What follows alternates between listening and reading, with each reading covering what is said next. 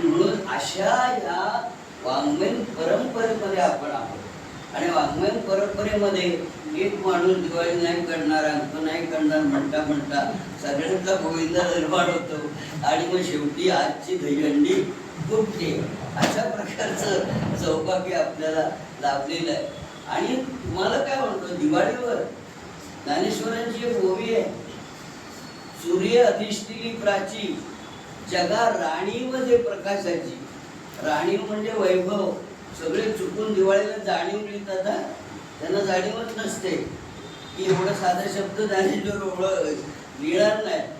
सूर्य अधिष्ठिली प्राची जगा राणीमध्ये प्रकाशाची तशी श्रोतया ज्ञानाची दिवाळी करी. आता हे ज्ञानाची दिवाळी करी हे आपल्या माऊलीने आपल्याला सांगितलेलं आहे आणि आपण विसरून गेलो. कसं काय होणार? ते ही जे असतो ना, याला आपण इतिहास म्हणतो. आपल्या भूगोलावर आपली जी माती आहे, मातीचा गुण लेखला देतो म्हणजे काय?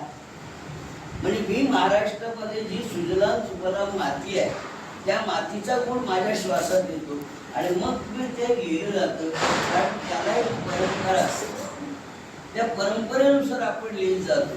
त्यामुळे प्रत्येक जण लेखक आहे. तुम्हाला सांगतो, आम्ही बोलके आणि फुकट गेलेली, पण जे मनातलं मनात लिहित असतात त्यांचं कोंडवार झालेलं असतो, ते जर व्यक्त झाले. मी नेहमी म्हणतो, ती स्त्री आहे ना, मी मनात जास्त बोलते, जनात कमी बोलते. ही जर स्त्री मनातलं बोलायला लागली ना तर पुरुषांची धडगत नाही, लक्षात ठेवा. आणि त्यामुळे कधीतरी असं वाटावं मला, असं माझं मन सांगतं की कधीतरी फक्त